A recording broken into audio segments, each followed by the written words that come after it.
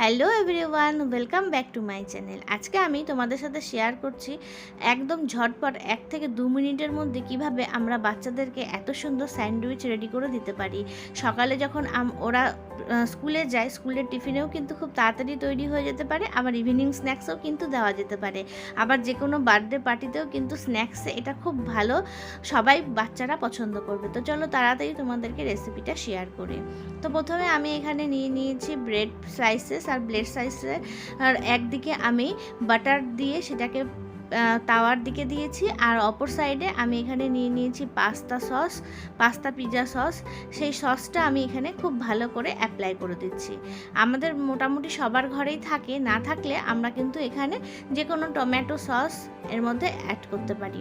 তো tomato sauce বা pasta sauce দিয়ে আমরা এখানে খুব ভালো করে অ্যাপ্লাই করে নেব ব্রেডের আরেকটা সাইডে। যখন কমপ্লিট হয়ে গেল, এবার আমি এর মধ্যে লম্বা লম্বা করে কেটে রাখা ক্যাপসিকাম আর অনিয়ন্স অ্যাড করে দিচ্ছি। তোমাদের কাছে যদি অলিভস থাকে তোমরা সেটাও দিতে পারো, এবং এর মধ্যে টমেটোও অ্যাড করা যেতে পারে। এবার এর মধ্যে অ্যাড করে দিতে হবে বেশ অনেকটা পরিমাণে চিজ। আমি এখানে মোজারেলা চিজ অ্যাড করছি, তোমরা যে কোনো চিজ এর মধ্যে অ্যাড করতে পারো, আবার চিজের যে শিট থাকে সেটাও কিন্তু এর মধ্যে অ্যাড করা যেতে পারে। তো চলো এবার খুব ভালো করে মোজারেলা চিজ অ্যাড করে দিয়ে এর মধ্যে অ্যাড করে দিচ্ছি আমি অরিগানো। তো অরিগানোটা কিন্তু বেশ পিৎজা ফ্লেভার নিয়ে আসবে, আর সাথে রেড চিলি ফ্লেক্সও অ্যাড করা যায়, তবে আমি রেড চিলি ফ্লেক্সটা অ্যাড করছি না। দিয়ে এবার আরেকটা ব্রেড ওপরে দিয়ে দিলাম, আর এবার একটু ভারী স্পুন বা স্প্যাচুলা দিয়ে খুব ভালো করে প্রেস করে দিতে হবে। তারপরে আবার আমি কিছুটা বাটার নিয়ে এই ব্রেডের ওপরে বাটারটা অ্যাপ্লাই করে দিচ্ছি।